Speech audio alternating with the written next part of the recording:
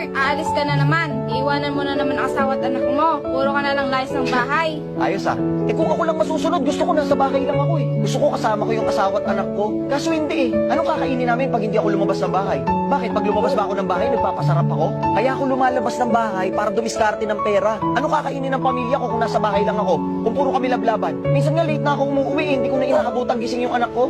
Kailangan ko dumiskarte ng pera para maabot ng anak ko yung mga pangarap niya na hindi ko naabot noon. Eh kung ako lang yung masusunod, gusto ko talaga nasa bahay lang ako eh. Eh kaso hindi eh. Kailangan ko maghilap ng pera. Kailangan ko maghanap ng trabaho. Kailangan makatakas ako sa kahirapan na to. Kahit na nga hindi makatakas eh. Kahit may maiuwi lang ako na ipapakain ko sa mga anak ko.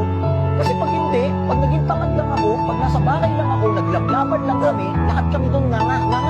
Akala niyo madali maging tatay? Oo, mahirap din maging nanay. Yung ibang nanay nga, nagpapakatatay na rin eh. Pero dapat tulungan talaga. Kailangan ko lumabas ng bahay, kailangan ko maghanap ng trabaho, kailangan ko dumiskarte ng pera. Bakit? Para sa sarili ko?